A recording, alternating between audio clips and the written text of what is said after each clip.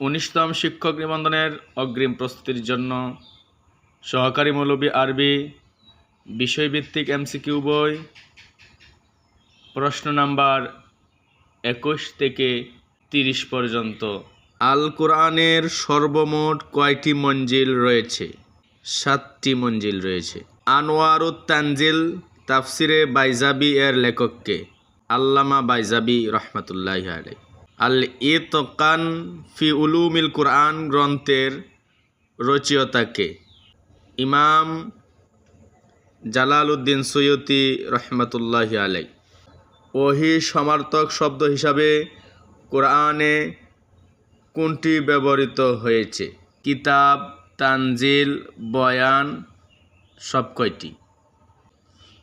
কোরআনের কোন সূরাকে উম্মুল কিতাব বলা হয়? সূরা আল ফাতিহা। আল কোরআন শব্দের অর্থ কি? যা পঠিত। তানজিল শব্দটির মূল ধাতু বা মাদ্দা কোনটি? নুন জা লাম। আল কোরআনের বর্ণিত সর্বমোট নবীর সংখ্যা কয়জন? 25 জন। হিজরতের পূর্বে নাজিলকৃত সূরাগুলোকে কি বলা হয়? মক্কি সূরা। তাফসির করার ক্ষেত্রে সবচেয়ে নির্ভরযোগ্য মাধ্যম কোনটি? কোরআনের আয়াত দ্বারা কোরআনের তাফসির।